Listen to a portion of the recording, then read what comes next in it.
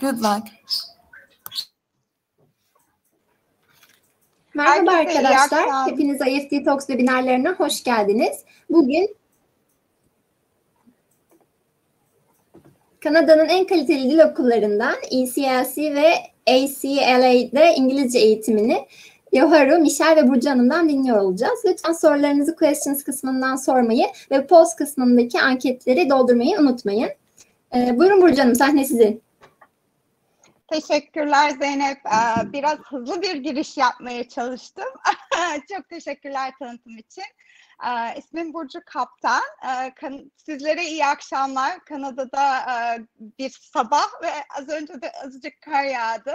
Tam Kanada'ya uygun bir başlangıç yaptık. Burada bugün sizlere bölgemiz olan Atlantik Kanada'yı ve Nova Scotia'yı tanıtıp buradaki bazı programlardan bahsedeceğiz. Bugün fokusumuz spesifik olarak hani bir programda olsa burada bulunan dil okullarının daha da farklı programlarıyla ilgili ayrıca 2 webinara daha katılacağız. Onları da lütfen takvimlerinize not alın. Benimle birlikte Yoharu ve Michel olacaklar. Ben burada daha çok bir topluluk oluşturma, öğrencilerimizi bir araya getirme odaklı çok yeni bir şirket kurdum. İsmi Okul Kanada. Yoharu ve Michel de buradaki dil okullarını temsilen bizimleler. Onların programlarından birini konuşacağız. ECLC, Yoharu'nun temsil ettiği, ACLC'de Michel'in temsil ettiği dil okulları ve sizin için interaktif güzel bir sunum hazırladığımızı düşünüyorum. Şimdi Yoharu bize çok Nova Scotia'yı tanıtıcı bir video gösterecek. Onunla başlayalım, sonra da devam edelim istiyoruz. Yoharu, would you like to start with the video? For sure.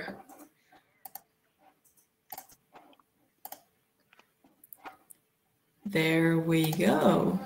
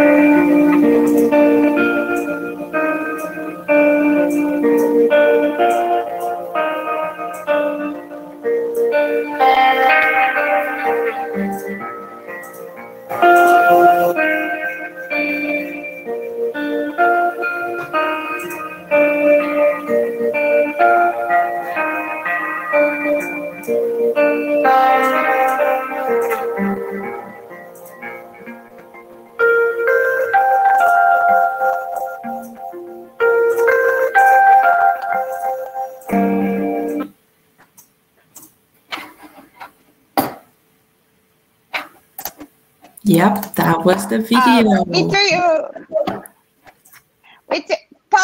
Videoyu takiben size Yoharu ve Michel'in kendilerini tanıtmalarını isteyeceğim. Would you like to introduce yourselves, guys, for us?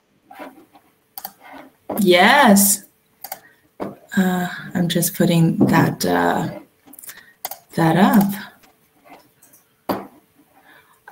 Yes, I'd like to thank you, everyone. Just 1 second. Okay. Yeah, how did everyone like the video?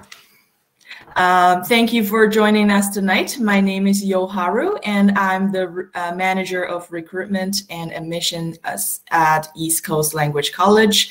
Together are my partners, Michelle and Burju. Would you also like to introduce yourself? Hi, everybody, and welcome. My name is Michelle Alcorn, and I'm the proud owner and president of Atlantic Canada Language Academy in Lunenburg, Nova Scotia. I just want to say welcome to everybody, and we look forward to telling you about life in Nova Scotia and what that means for you. Thank you for taking your time.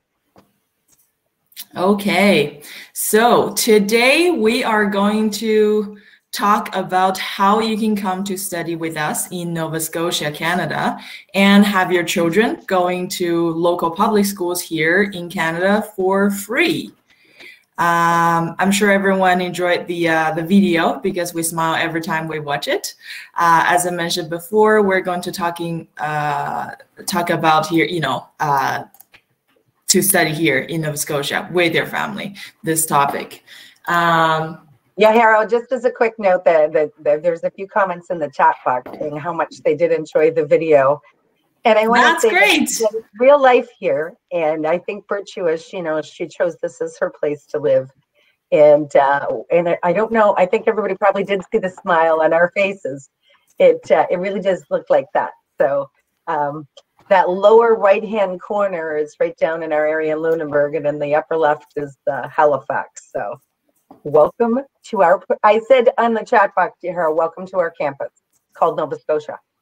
Awesome. That's great. I will take over a little bit, guys, and just maybe do a little bit further introduction about myself. Şimdi biraz Türkçe konuşalım.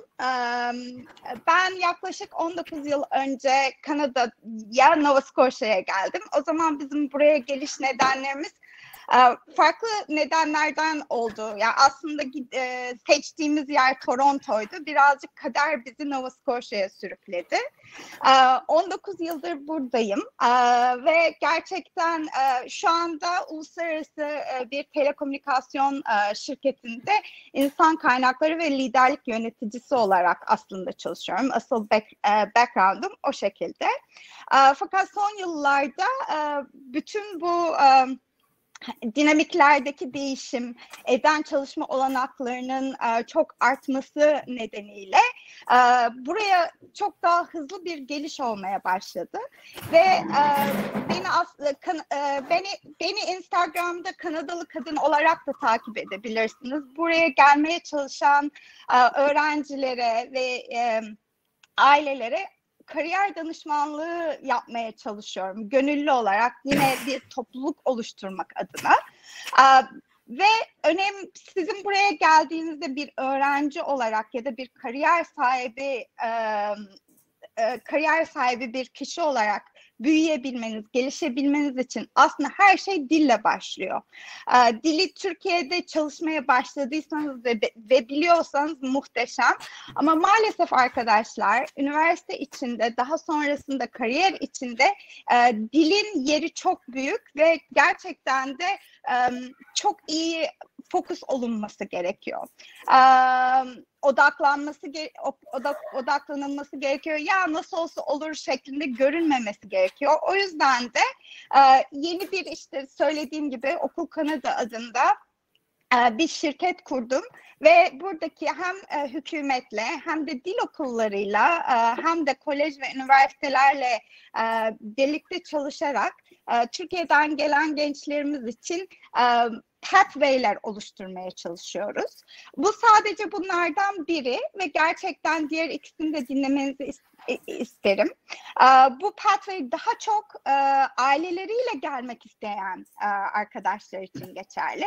Şimdi öyle bir program oluşturduk ki aileniz burada gelip eğer dil okullarına katılırlarsa, English language üzerinde çalışmaya başlarlarsa gelen ilkokuldan liseye kadar olan öğrenciler okula bedava gidebiliyorlar. Bu Kanada'da başka hiçbir yerde olan bir şey değil. Ancak koleje giden ebeveynlerin çocuklarına verilen bir hak. O yüzden de kesinlikle özellikle ailenizin desteğiyle buraya gelmeyi istiyorsanız önemli bir güzel bir opsiyon. Görüyorsunuz slaytta eğer çocuklarınızın Kanada'da okumasını istiyorsanız diyor, buraya gelmek için muhteşem bir fırsat şeklinde size açıklanmış. Yohara, if you want to talk about this for a few minutes too, I did my intro. Great, thank you for letting me know. So this topic is for people who want their children to attend schools in Canada, or people who have children but want to study and work in Canada themselves, or people who have plans to stay long term, or they want to experience Canadian life for a year with family before immigrating to Canada. Would you like to summarize it, or should I go to the next slide? I think next slide is okay because I talked about it. All right. About it for a few minutes. Good. So this is your slide. Okay. So, İngilizce ile Türkçe arasında geçiş yaparken zorlanıyorum. İngilizce başlamak istiyorum adeta arkadaşlar. Şimdi biliyorum pek çoğunuz şu anda Toronto, Vancouver gibi büyük şehirlere de bakıyorsunuz. Ama Kanada'da aslında bizim bildiğimiz gibi Kanada hayatını yaşamak için en uygun yerlerden birisi gerçekten Nova Scotia. Bir kere Türkiye'ye olan en yakın noktalardan birinde oluşu. Ayrıca son birkaç yıldır söylediğim gibi özellikle Covid'den sonra online çalışmaya izin veriliyor oluşu büyük şirketler tarafından burayı çok büyük bir attraction haline getirdi. Şu anda biliyorsunuzdur mutlaka Kanada 2021'de en çok yaşanılmak istenen ülke seçildi. Kanada'nın içerisinde de McLean, Halifax'ı ve Nova Scotia'yı bir numaralı yaşanılacak yer olarak seçti. Bunun nedeni son zamanlarda yine Kanada'nın büyük şehirlerinden gelen Kanadalıların buraya gelip buradan virtual çalışarak bu şehri seçmesinden kaynaklanıyor. Yani diversity'miz inanılmaz derecede arttı ve eğitim içinde muhteşem bir şehir. Çünkü küçük olmasının çok büyük bir avantajı var. İstediğiniz her yere gidip istediğiniz her şeyi yapabiliyorsunuz. Doğayla iç içe, okyanus kenarında, onunla ilgili az önce videoda da gördüğünüz pek çok aktivite var. Yani bu slaytta da gördüğünüz nedenlerden dolayı da gerçekten çok önemli bir merkez haline gelmeye başladı Nova Scotia. Hani şu anda birazcık bir gem gibi tekrar keşfedilen ve biz de bunu kullanarak Türkiye'den de öğrencilerin gelip bu toplumun ve buranın geleceğinin bir parçası olmasını istiyoruz. Thank you, Yoharu. All right. Thank you. So, straight to the point.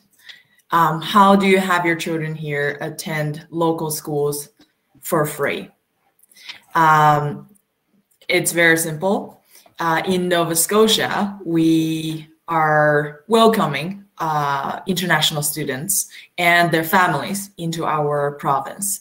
So as long as the parents get a study permit, the children can study for free in public schools, even during parents' language school study. So this is unique to Nova Scotia. In other provinces, you can do so only after you go to a post-secondary level schools.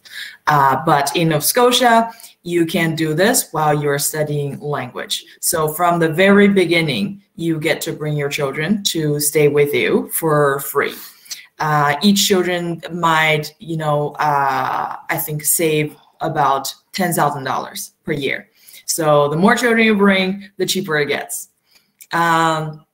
Your children will be able to transfer into a local school and study together with local Canadian children. So their English will be perfect soon. And this experience just, you immerse into an English environment in Nova Scotia. Especially we don't have a lot of immigrants here and we have very few Turkish immigrants. And so both you and your children will be in the perfect environment to study English. And not to mention, I'm sure Virgil mentioned this before, this is a safe community. We have lots of nature. You are not too far away from the water all the time. So safety is, I realize that's number one, and you have it here. So these are the advantages studying in Nova Scotia. And Yoharu, if I could just add, Virtu, one of the things we want to impress with everybody is the fact that it is a very family-focused area. And if you come from Lunenburg to Halifax, there is affordable housing, and you have the opportunity to learn alongside of your children, as Yoharu said. And for those that know that, oftentimes the families that we have now, their children are outperforming them in English quickly at home. So it turns into a wonderful family learning environment, which is something we really enjoy promoting. Bugün bu konuştuğumuz aile programının biraz detaylarından bahsetti Yoharu ve Michel. Birkaç önemli şey var. Bu program içerisinde aileler bir yıllık dil okuluna kayıt yaptırarak geldikleri takdirde ve bunun için hemen başvuruda bulunabiliyorsunuz. Gerçekten hiçbir minimum gerekliliğe ihtiyaç yok.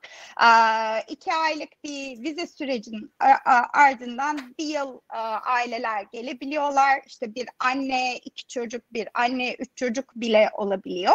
Yani anneyi kaydettirdiğimiz zaman programa çocukları burada okula bedava gidebiliyorlar. Bu hakikaten gerçekten sadece Nova Scotia'da olan bir şey. Diğer eyaletlerde anne ya da babanın illaki bir koleje ya da üniversiteye gitmesi lazım. Dil okuluyla gerçekleşen bir şey değil. Ve bu benim gördüğüm hani bu hikayeyle gelen bir sürü aile var aslında. Çocuklarının parasını verip anneler çocuklarla geliyorlar ama ne oluyor? Anne ve çocuk gittikçe birbirinden uzaklaşıyor. Anne yalnız kalıyor. Entegre olamıyor. Bu çok güzel bir opsiyon çünkü gerçekten Kanada'da olmanın en büyük zorluğu yalnızlık. Yani biliyorum hani eğer üniversite için gelmeye çalışıyorsanız ya da üniversite sonrasında şu anda bu düşündüğünüz bir şey olmasa bile aslında burada yalnız başına sistemle mücadele etmek ve sistemi öğrenmek çok zor. O yüzden de aileleri getirebilmek çok çok önemli. Bu programdan bugün bahsetmemizin en önemli nedeni de gerçekten sadece Nova Scotia'ya özgü olması. Bir de ikincisi burada vurgulamak istediğimiz buranın ne kadar güvenli olduğu. Covid başladığından beri Nova Scotia'da toplam 1800'den az hasta oldu ve kayıplarımızın sayısı yani 2 hanenin düşük taraflarında. Nova Scotia bu işi çok iyi yönetti. Bütün çocuklarımız okullara gitti ve yani dil okullarımızda yüz yüze eğitim için açık. Biliyorum şu anda mesela Toronto, Vancouver'da biraz fabrika gibi öğrencileri alan programlar var ve neredeyse hemen hepsi online. Nova Scotia'da söz konusu olan bu değil. Sınıflara gelip sınıflarda İngilizce öğreniyorsunuz. Bu çok çok önemli arkadaşlar. Yani verdiğiniz onca paranın hani boşa gitmemesi için mutlaka bunu çalıştığınız ajanslara sorun. Ve Nova Scotia'da bence en güzel hani diğer hiçbir yerde olmayan ikinci şey bu bedava eğitimin ötesinde sınıfta eğitimin hem çocuklar hem İngilizce kurslarında devam ediyor olması. Okay, Yoharu, you got it. Wow, that was fantastic. So, here, did you already talk about this already? Okay, so I mentioned just a little bit. Yeah, I'll be quick on my points because you will expand, right? Okay. Yeah. Mentioned before, what do you need? You will need a study permit to bring your children for free. So how do you do that?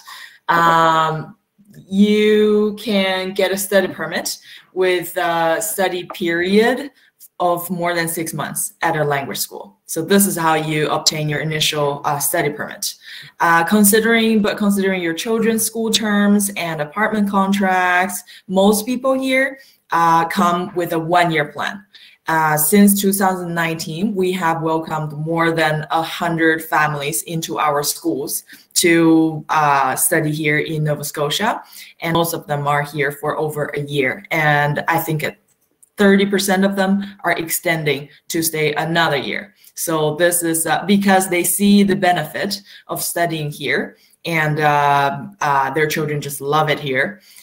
They wouldn't go back to their country, not to brag. So they want to stay longer, and they just extend.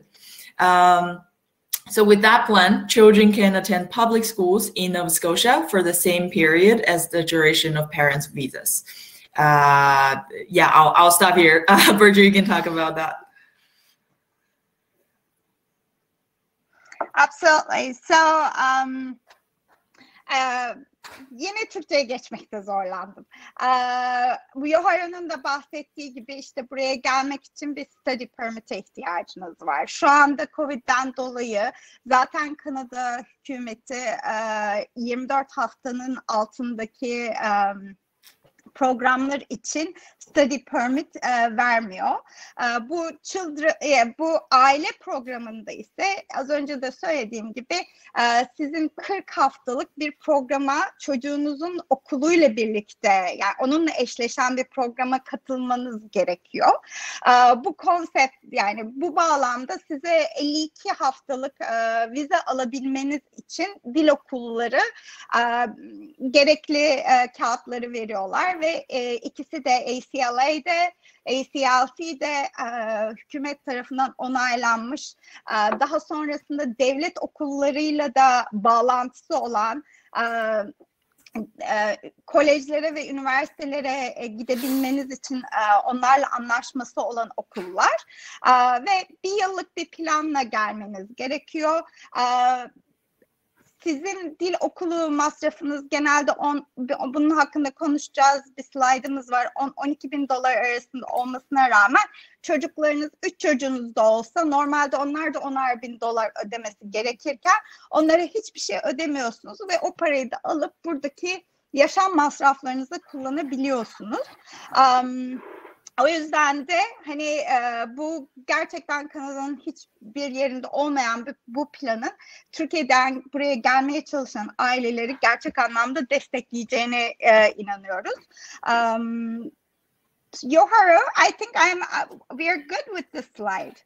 Okay. The next. So, as a solution, what we can help you to, come here and have your family study together with you. We want to be your solutions. Okay. So we are 2 schools in Nova Scotia with DLI numbers for a study permit application. So you're eligible to apply for a study permit.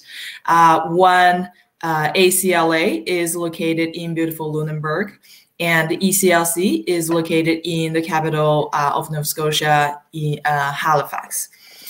We are both boutique schools. We're small, and we have small class numbers. So we have average about 8 to 10 students per class.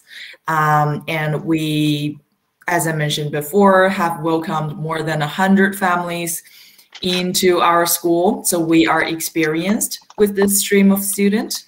And both our schools have family-like atmosphere. And we both have dedicated programs for family needs with options to continue to post-secondary institutions. So we will talk a little bit about the language program and the pathway program later by Michelle. And we have Burcu here. She's located in Nova Scotia together with us, and she will be your local support in Turkish.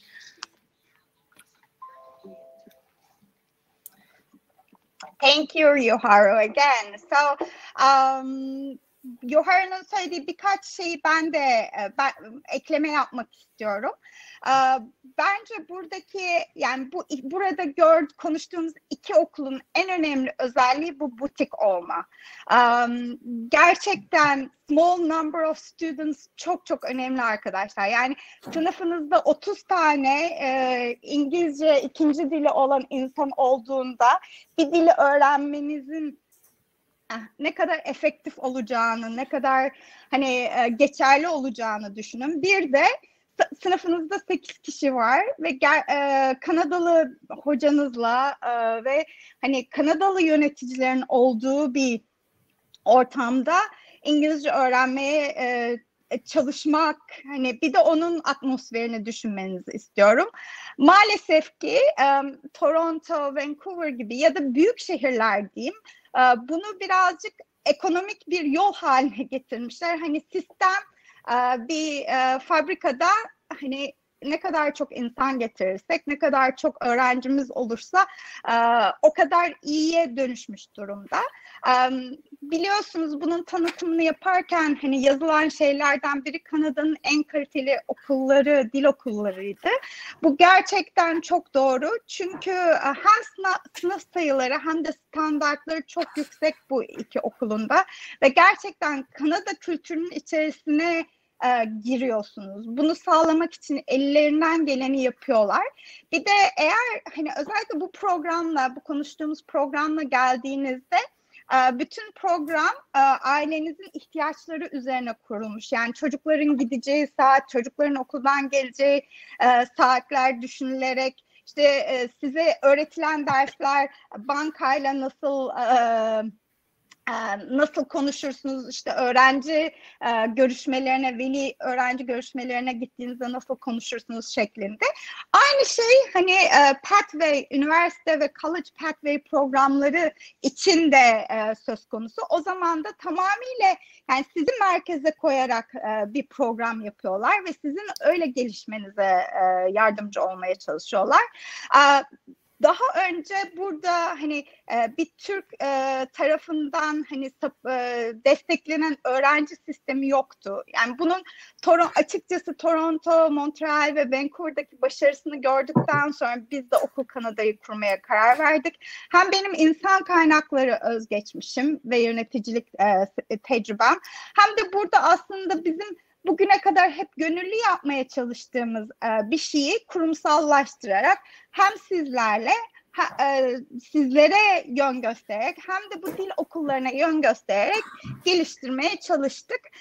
O yüzden de kesinlikle Atlantik Kanada'yı da araştırmanızın içerisine koyun ve bu söylediğiniz nedenlere baktığınızda aslında buraya gelmek konusunda siz de kendinizi çok daha iyi hissedeceğinize inanıyorum. Yoharu, we are good. Good. Here, I think it's Michelle's turn. Okay. I'm just answering a question in the chat box, so that's great. And I'm gonna, it's a very interesting one, so I will use that. So enjoying watching everybody's questions. Thank you, ladies, so much. You know, talking about the cities, we're really proud. So as Atlantic Canada Language Academy on the top picture on the right, that really is our school. It is not photoshopped. That's really what we look like. And Yoharu had mentioned earlier about where we are in mention to the ocean, and there's schools just not far up from the other body of water where you're seeing the harbor. And I think one of the things is, and I used to live in Toronto many years ago, and I know Yoharu's lived in both cities as well herself. And you know, you really will see a difference in a cost of living. I think one of the things we want to say is you get your time back. And I know Bert will be able to express a little bit of that because, you know, things are quite a bit closer. The transit systems are very different. You're really going to get that safety, and you really do get an authentic Canadian experience. Unlike those really, really large cities, you know, what you're going to feel here is fresh air. You're going to have the mildest winters across our country. And one of the things I think we're most proud about, and especially inviting our newcomers to come in, is it's a 97% English-speaking population. So for yourselves as individual learners, there's more universities in Atlantic Canada and Nova Scotia than anywhere in Canada. You're going to be surrounded by other students that are enjoying playing in the playground. Parents with youth are going to be able to know that when they're in the coffee shops and they're on the sidewalks, the people are speaking English and they say hello when you're walking by. So we're just going to say, there's your friendly people, welcoming communities. And we really offer opportunities for our students for volunteerism, getting involved in extracurricular activities. And, you know, we'll tell you all about what we're eating, what we're cooking, and some of those fun things here. So, Bertru, I'll let you summarize a little bit of that.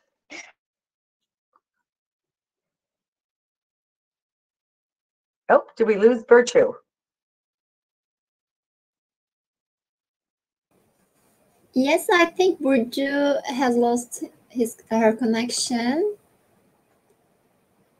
So, Zanep, you want to maybe just give a bit of a summary there? I think she's recording. She is. Hello, beautiful. I am here. I'm really sorry. I was trying to answer questions and it didn't go well. So herkesten çok özür diliyorum. Sorulara cevap vermeye çalışıyordum ve bir anda kapandı. Michelle has done an amazing job to give this, like, I think, the soul of the place that we live. So I will carry on in Turkish. Thank you, Michelle, for covering. Az önce de bahsettim, gerçekten Nova Scotia'da 19 yıl kalmamızın en büyük nedenlerinden biri buranın yaşamak istediğimiz Kanada olmasından kaynaklanması. Ben aslen Ankaralıyım, TED Ankara Koleji mezunuyum, Hacettepe. Daha sonra İstanbul'da çok büyük bir kurumsal iş hayatının içerisine girdim. İşte Doğan Medya'yla, bankalarla, hep insan kaynakları konusunda çalıştım. İstanbul'da kaybettiğim o yollardaki 2-3 saatlik vaktimi burada Toronto'da hemen hemen işte aynı şeyleri yaşadıktan sonra hayatın bu olmaması gerektiğini düşünerek geldim. Ve gerçekten de aile olarak burada büyüyebilmemize, hem maddi olarak hani sizi Toronto, Vancouver'a göre çok daha az zorluyor. Yani baktığınızda sizler de göreceksiniz zaten birazcık daha araştırma yaptığınızda. Kesinlikle bizim kışlarımız Ontario, Quebec'e göre çok daha iyi. İşte oradaki eksi 40'ları falan hiçbir zaman burada görmüyoruz. Tabii ki Kanada soğuk bir yer. Tabii ki kar var. Ama çok daha iyi bir havanın olduğunu söyleyebilirim. Buradakilerin %97'sinin ilk dillerinin İngilizce olması, aslında buraya İngilizce öğrenmek için geliyorsanız bence en kritik şeylerden biri. Yani hani İngilizceyi bir yabancıdan öğrenmek istiyor olursanız zaten bunu Türkiye'de yapabilirsiniz. Yani buraya gelmeye gerek yok. Ama Nova Scotia'nın en güzel taraflarından biri gerçekten Kanada kültürünün içerisinde kendinizi hissetmeniz. Tabii ki okyanusumuz, yani bizim hani kalmamızın diğer en önemli nedenlerinden biri buydu. Ve de gerçekten işte Kanadalı sayısı arttıkça bu kibarlık, kurallara uymak, birbirine saygılı olmak burada hani her şeyin merkezinde olan bir şey. O yüzden de Nova Scotia'yı diğer yerlerden ayıran en büyük, hani en önemli şeyleri de buraya koymak istedik.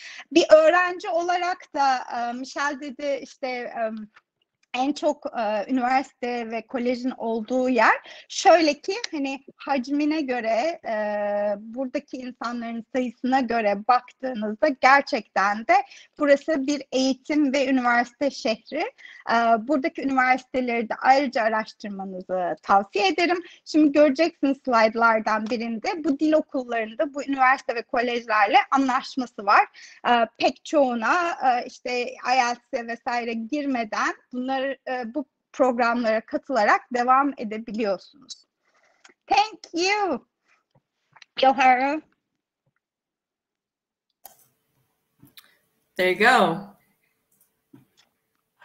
Well, thank you, Burcu. And I am also answering a few questions, and this is the perfect slide So I'm over here typing away and welcome some very many people that are excellent at English. So that it's wonderful to see. And it's exciting for us to talk about our programs, because one of the things both of our schools are really excited about is the flexibility that our schools offer. And I'm going to say Yaharo, as a boutique schools, we can customize our programs to help any one of you in your learning programs. And there's some questions on there about a lot about universities. So wonderful to see that. And I think that there's some parents on there inquiring, because in future, as you stay with us, your children would be pathwaying to these universities. So any already here that would be looking at studying in a future role. So I had some questions along, where's the careers? We've got a lot of medical, we've got a lot of information technology. All of those careers are available across Atlantic Canada. The beautiful thing is as a core English program, before you're going to entry into any of those schools, and you're going to see many of them here, we'll talk about in a minute, you do require your English language training to be at a certain level. And as I'm seeing some of you write on here, it's pretty good, and I'm impressed to see that. I'm more concerned I'm going to make a spelling error. But our core program allows you to have a lot of flexibility. So it's morning programs, and it allows our parents, what we really love is when your children are off to school, you're coming into school with us. And then by the time your children are exiting at the end of the day, you're close to, depending on the hours you're selecting to study, being home to welcome your children home. For those individuals that are looking at pathway schools and universities, you would be in the same general programming as the other group.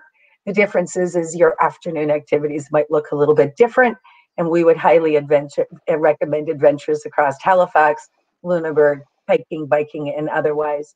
We also offer individual tutoring at both schools, so anybody that is interested in advancing their education, we can talk about all of those things individually. And I think I'll just give a little bit on the weeks and pricing for you, and I'll let you summarize. One of the recommendations we've made, and it works with your immigration into Canada, for those individuals that are coming long-term, please, we would look at studying for that 40-week time frame.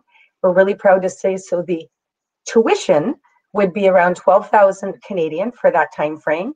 And that usually, depending on your level of learning, will get you up to a level of learning to continue into education or continue on living here. Many of these individuals that are typing today, I think, might only need about 3 months, and those would be the pathway programs. Your hair and I would be happy to talk to anybody afterwards about those.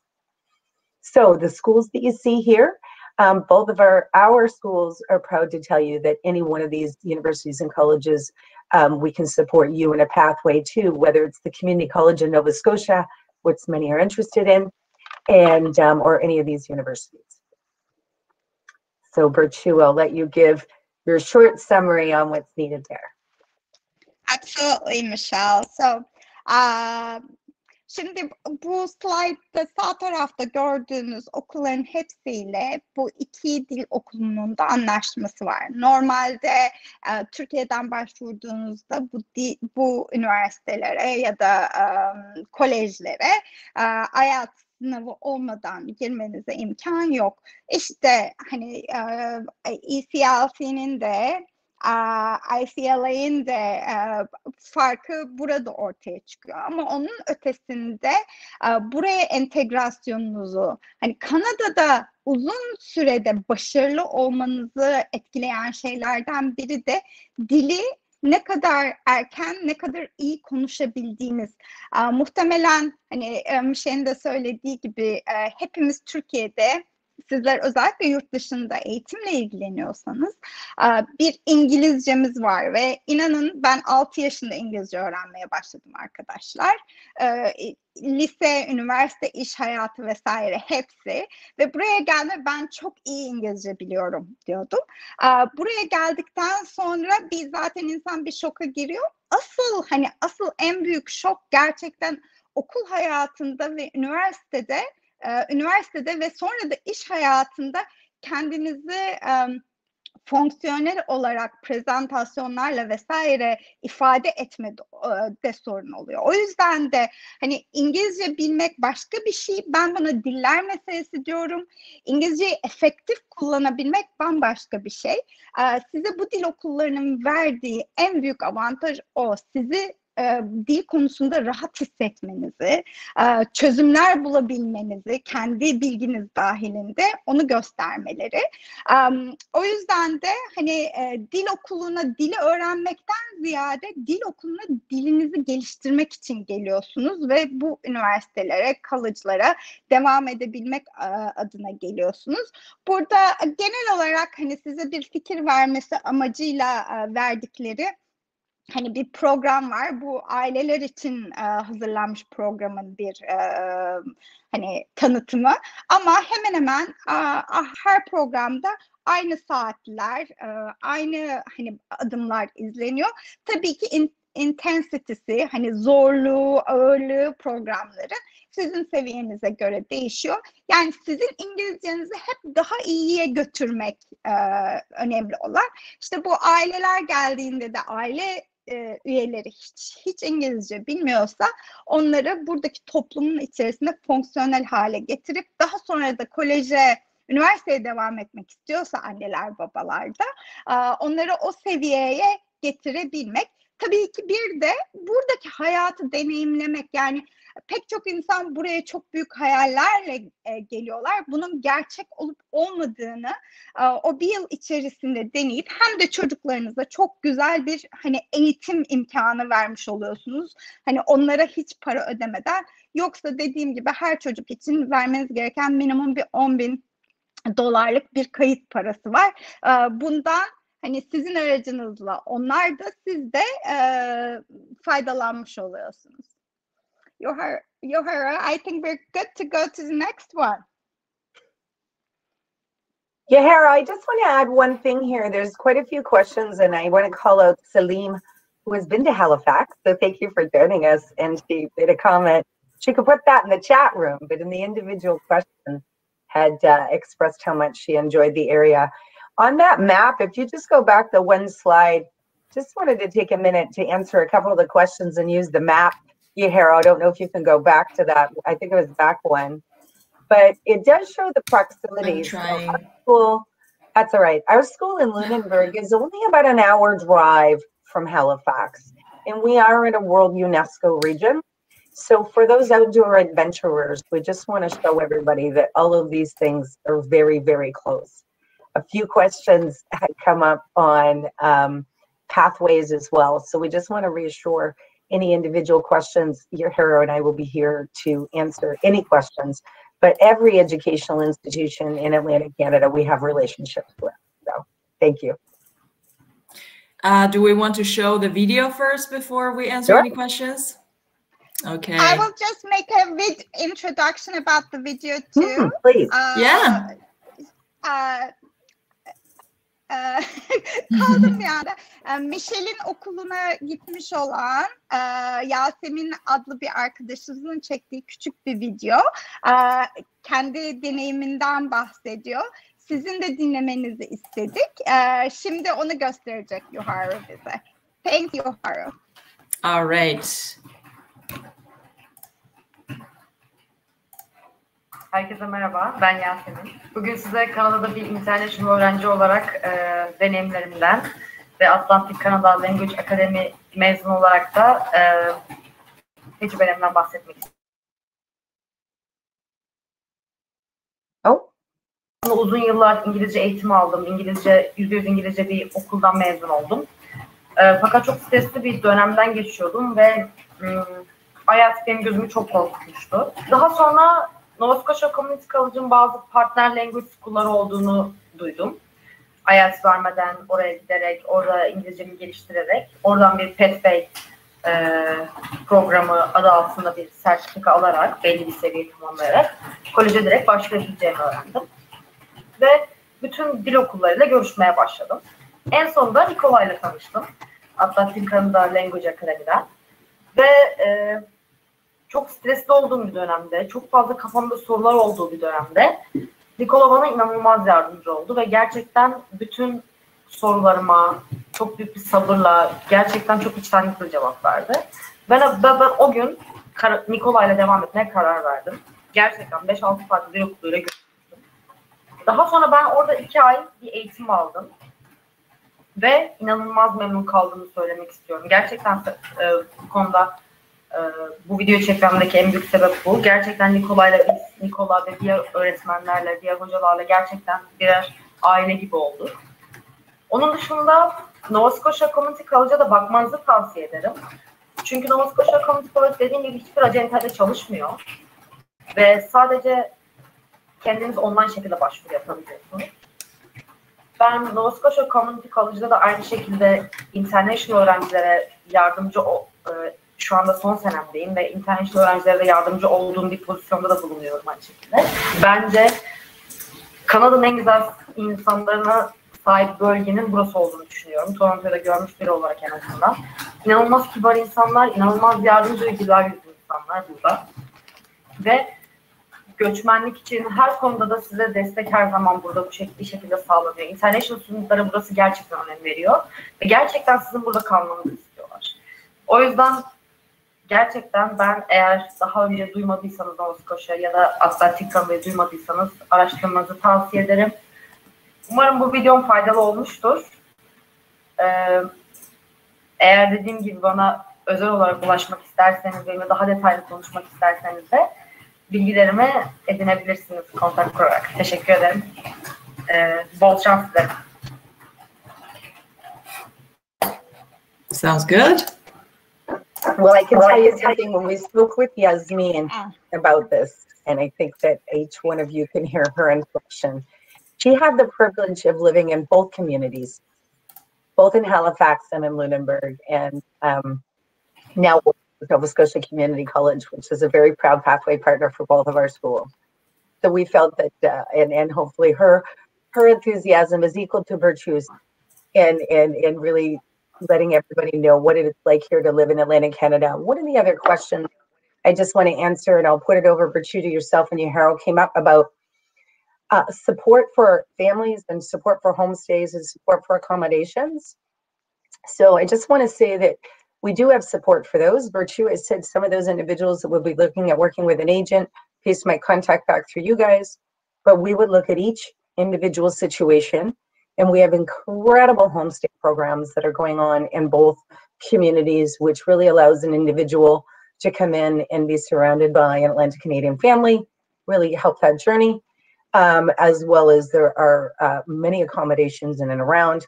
Both schools have people that support them in that. So we would absolutely make sure that you get pointed in the right directions to make sure, as we say, you get a big hug before you come in here, because we want to make sure that as you enroll with our schools, that you have a safe and great place to stay.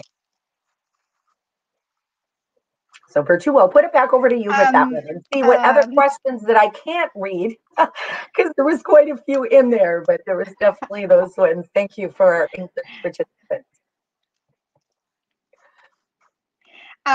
Michelle'in söylediğine ek bir şey söylemek istiyorum. Eğer siz kendi başınıza tek bir öğrenci olarak gelirseniz, iki okulunda kendilerine ait homestay denilen, işte başka ailelerin yanında kalabildiğiniz programları var. Ama aile olarak geldiğinizde bunlar mümkün değil. Ailelerin yanında kalamıyorsunuz bir aile olarak. O yüzden de kendi yaşamınızı burada kurmanız gerekiyor. Yine Toronto, Vancouver'la karşılaştırıldığında buradaki yaşam masrafları, ev kiraları çok daha uygun.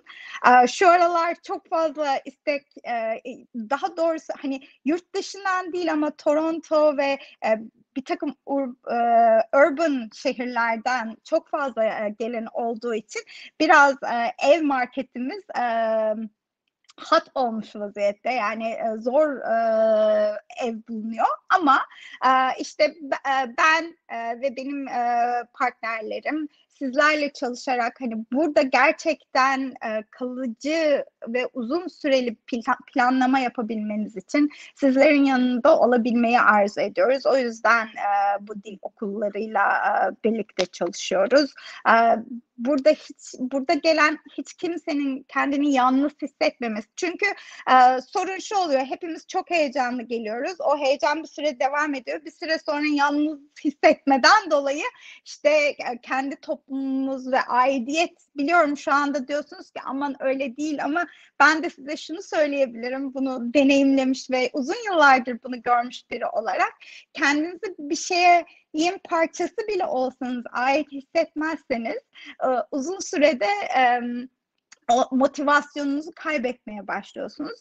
Biz sizin burada motivasyonunuzu kaybetmeden kalmanız konusunda buradayız. Bir de şunu söyleyeyim, şu anda çok büyük bir yatırım var Halifax'ta. Az önce Yasemin'in de videoda söylediği gibi buraya geldiğinizde sizin buradan gitmemeniz için hem devlet hem de bütün eğitim organizasyonları aslında seferber olmuş haldeler.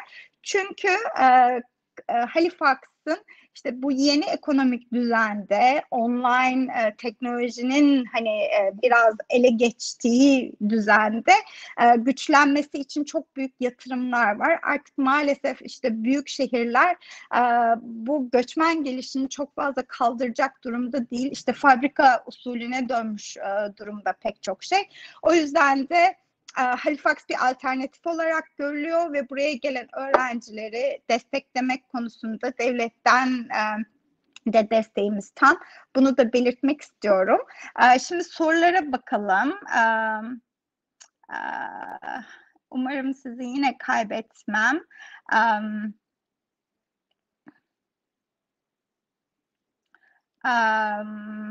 Şimdi bir kere kesinlikle bu program kaydediliyor ve herkese ulaşacağız. O konuda hiçbir sorun yok. Program dahilinde aile için hazırladığınızı belirtiyorsunuz.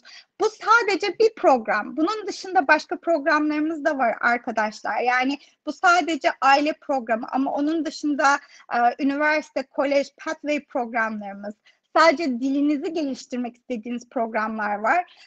Kesinlikle o konuda bir sorun yok.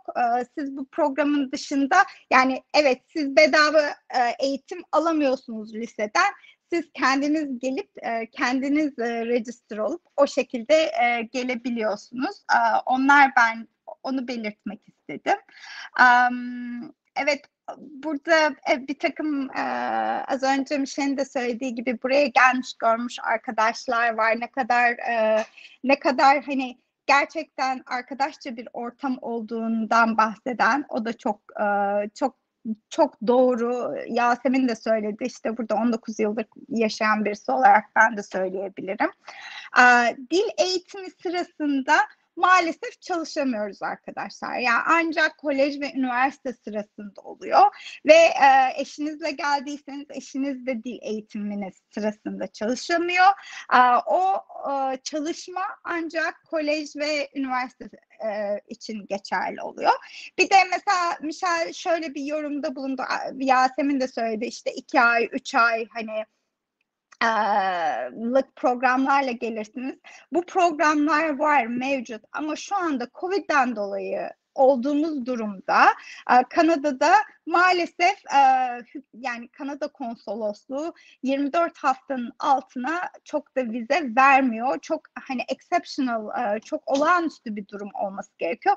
Bunu da lütfen bilerek hani başvurmanızı size tavsiye ediyorum. Ne kadar uzun dönemli şu aşamada plan yapabilirsiniz o kadar iyi.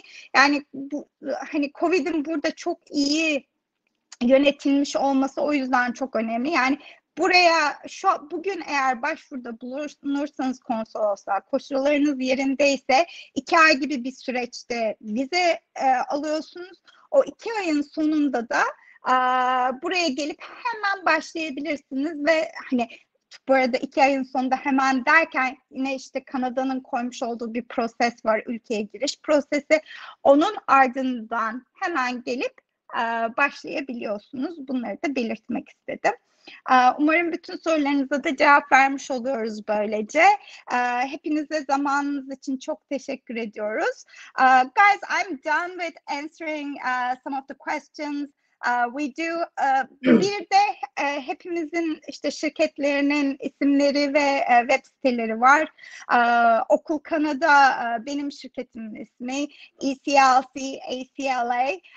Kontak bilgilerimiz de paylaşılacak bunun dışında. Lütfen bizlere ulaşmaktan çekinmeyin. Ayrıca beni Kanadalı kadın olarak Instagram'dan da takip edebilirsiniz. Bu sorulara oradan da cevap vermeye çalışıyorum.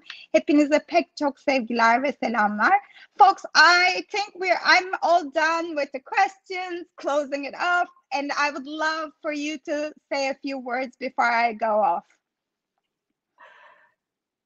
Yahara, do you want me to go first? Yeah. So, Virtue, and I want to thank everybody. I'm looking forward to we'll get the feedback of everybody's email addresses afterwards. And we'll look forward to hearing the questions that you had. So Virtue will let us know all of the different things that you had, and we will make sure that everybody gets the recap from both of our schools so that we can give group answers. And there is at one point over 37 of you that have chosen to spend some of your time with us today. So we want to say thank you. We hope that you choose to come to Atlanta, Canada and spend a lot more time with us. And I'm seeing on there in the poll results, and Harold probably hadn't had a chance as a presenter to see. There's about 88% of you on here that are looking at traveling as individuals. You're coming to one of the most fun places in Canada. And we can make you a promise that you will never be a shortage for something unique to do and meet people.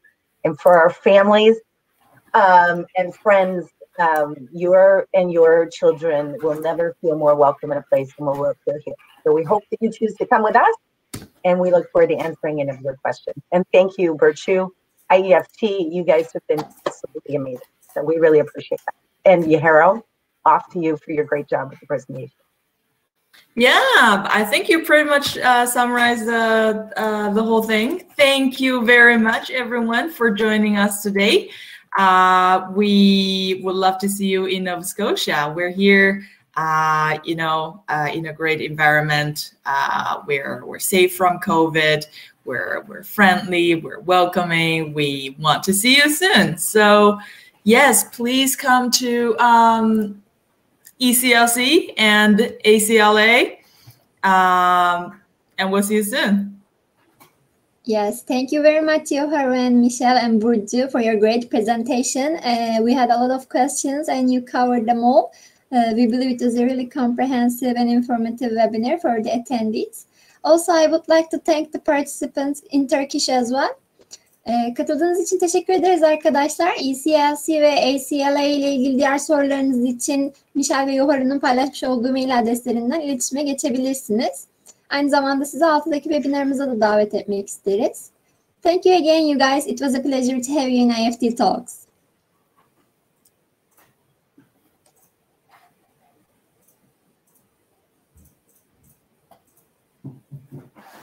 We have lots of thank yous and stuff in the chat box, which is great. Oh, let me just see if there's some opening questions there. Virtue, there's some that I didn't see that were answered. I'm guessing we answered them live. I think she either talked about it. Yeah, I think so. I was just looking the way the system works. It's kind of neat the way it tracks. Yeah, and she's off, I think. Yes, I think Burcu has lost her connection. So thank you again, you guys, once again. Okay. We'll look forward to the feedback. Yahara, if you want to just give me a 2-minute call, I think you've got my cell number. I didn't have yours. So thank you. We'll look forward to hearing back from everybody. Thank you. We can hang on because I do see there's 25 people there. So if there is any other questions, Yahara and I are happy to answer anything.